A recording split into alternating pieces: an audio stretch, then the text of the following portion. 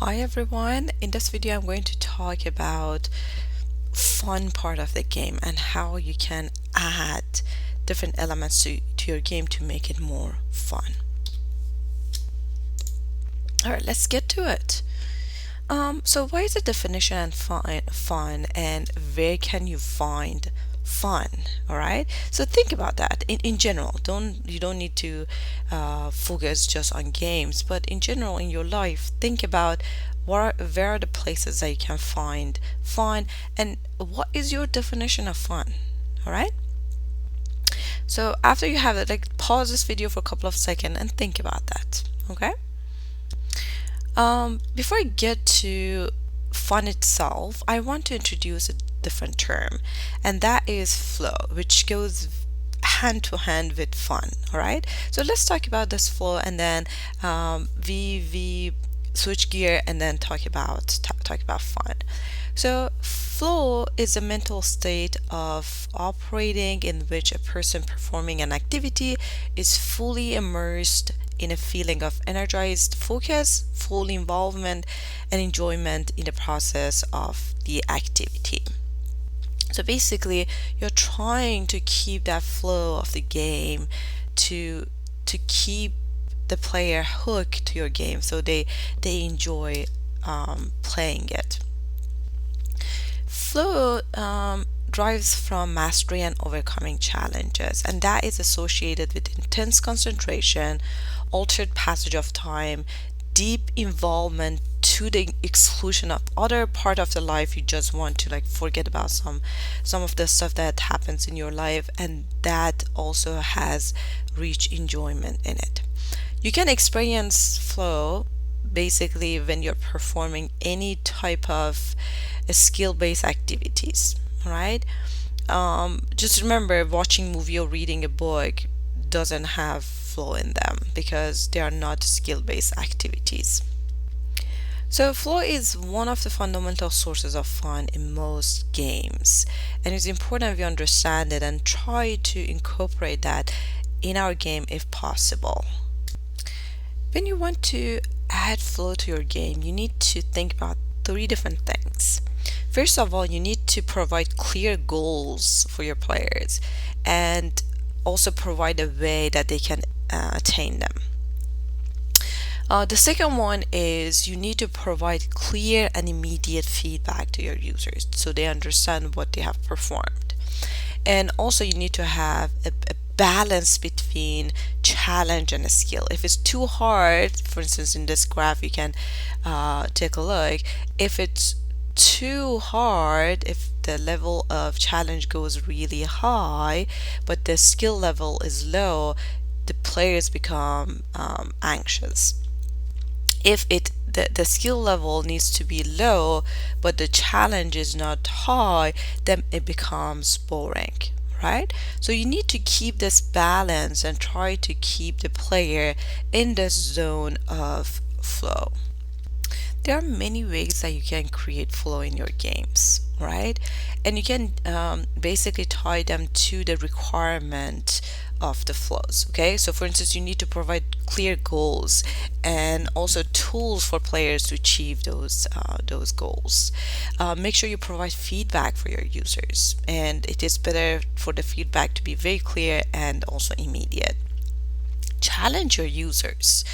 Allow them to concentrate on the challenge, and then over time try to increase the challenge as the player skill increase throughout the game.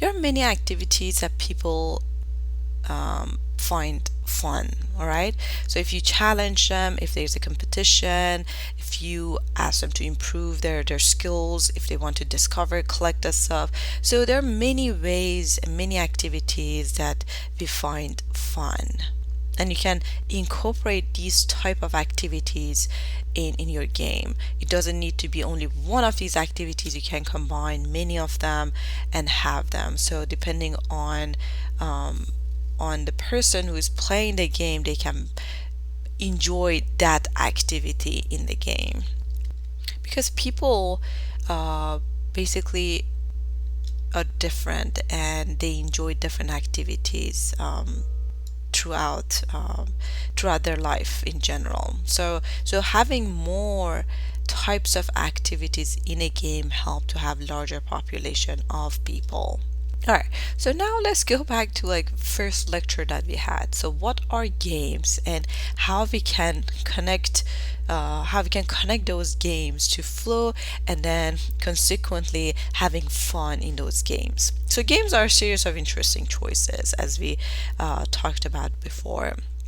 And you can basically use this like choices part to make sure you can include flow into your game and connect your game with the flow and make sure people enjoy playing it.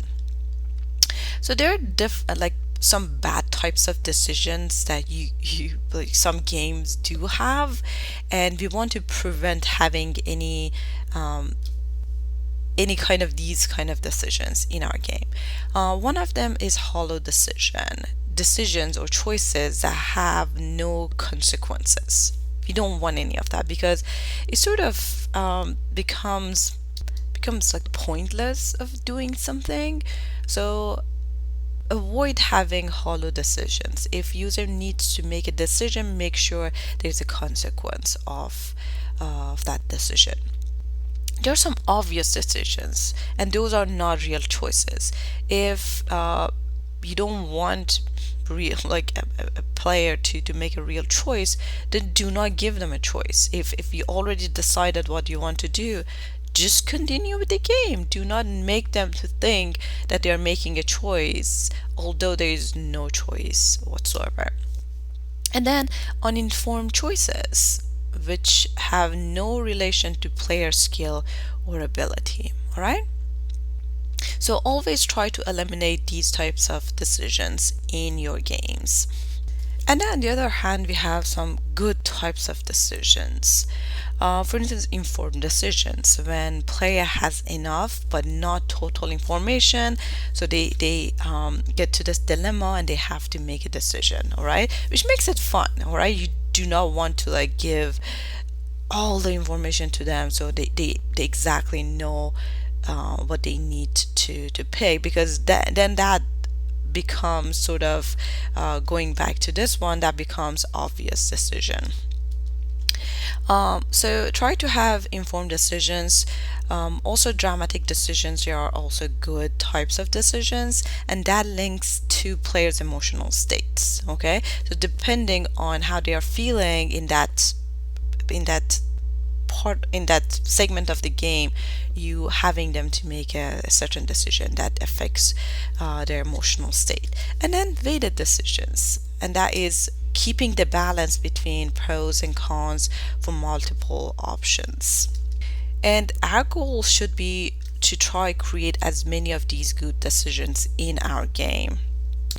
So sometimes you create a game and without knowing you have some bad decisions in your game, and after testing you understand, okay, these type of decisions weren't very maybe informative, or you had hollow decisions that users need to play to make. All right, so if you come up with any of those kind of bad decisions, there are ways that you can take them and change them to good decisions. You just need to play and think about how you can take something and change some part of your game to make that certain decision more interesting to your users. All right, so if you come across something, a bad decision in your game, again, think about how you can turn that bad decision into a good decision. There are other factors that affect decisions. One of them is importance of the decisions a player is making.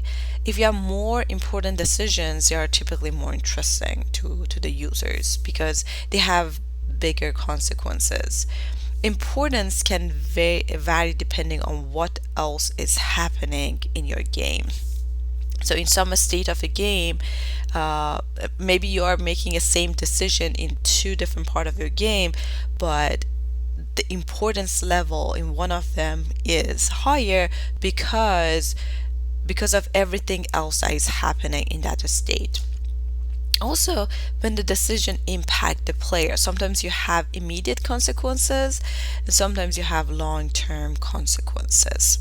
So all of them play into what type of game you have and how you want to keep that flow for your users to enjoy playing the game. So you want to spread all of those decisions throughout your games, have sometimes having important decisions, sometimes having like less important decision, and keeping the balance between them to push the player into playing the game and enjoying it while playing it. When we're talking about decisions, we also comes dilemma. And dilemma involve decisions with trade-offs. For instance, no matter what you choose, you will lose something. All right. So it's up to you to decide what to lose in that state of the game. This potential for loss inherently gives the player meaning, and so long as they are linked to the player goals. Some dilemmas have optimal strategies. For instance, cutting a cake. Let's say you have two players, and the task of one of them is to cut the cake, and the other one can pick which piece he or she wants to have. Okay, so there's an optimal strategy for that. So if you cut it evenly, then there's no dilemma. You're not losing anything. So we want to avoid these type of dilemmas because they are not real choices. And then we have rewards and punishments that goes hand to hand with your decisions. Okay, so interesting decisions usually have reward or punish players, right? And if you keep the balance between your rewards and punishment, it makes your game very, very interesting. And both of rewards and punishment should be clearly linked to player actions and their goals. So decisions mainly are just enjoyable because in part they help the player to achieve their goals. Okay, so basically you go through a process, and through that process you are making some decisions to achieve your goal. The best way to do it is to break down the overarching goal into smaller milestones and help player to go through their progress step by step, so they are not overwhelmed, but they know exactly what they need to do in each of these milestones. We also have some fun killers, all right? And we need to be careful not putting them in our game. For instance, one of them is micromanagement, having too many tedious, repetitive, or unwanted choices, right? We want to avoid that. Or stagnation, where nothing new or interesting is happening in your game, or you have too many challenges that are either too easy or too hard, and you may also not have any clear goal in your game. So those kind of activities are also cause for the fun of the game to disappear. And then you could have insurmountable obstacles where you have challenges that are impossible to solve with the skill level that your players have. So try to avoid anything like that, because if player doesn't have fun, they won't play your game. They just stop playing the game, and you will lose those players. The other one is arbitrary events, which are unlinked to player actions, or are either unsatisfying or incredible frustrating. The other one is predictable path, where they require little skill and provide little room for exploration. So when you're designing your game, you need to follow the interest curves. And that means containing and keeping the rhythm between interest or excitement. You do not want to always have high intensity, which wear down your players, or always having low intensity, which bore your player. So you want to keep that balance between interest and excitement, to keep that flow, keeping the player in a state that they enjoy the game, they have fun, and they don't want to stop playing it. So here's an example of curves. So basically, with any games or any stories in general, if you read a book or watch a movie, they usually follow this interest curve. So the game or the story or the movie or whatever you have, it just starts with a hook, right? So something happens that makes you interested to continue, all right? And then you will have some activities, and through each of these activities you might learn a new skill or like have some fun, some challenges, and you get to some goals as you move on. As you see, you will have some rising action. So the difficulty level is going higher and higher, so it becomes more interesting over time. And then at some point, you get to the peak, right, or a climax, which a big challenge or the boss or something like that happens, which requires all of the skills that you collected playing that game through different stages, all right? And then you calm the player down so they can continue on with the game. So you don't want to keep the players always high, because then it becomes they veer down very quickly, or always having very like easy levels, which makes the game boring. So you want to like go up and down to keep the player interested and excited throughout the game.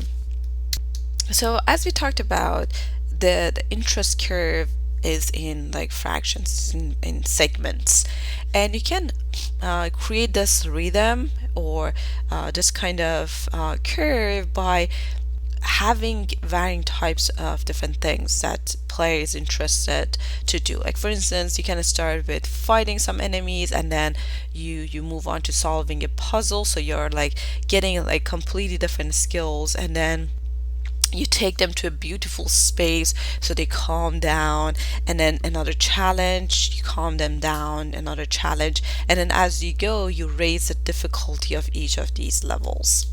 So, and that is same for all of the games, if it's like a VR game or it's like a traditional game.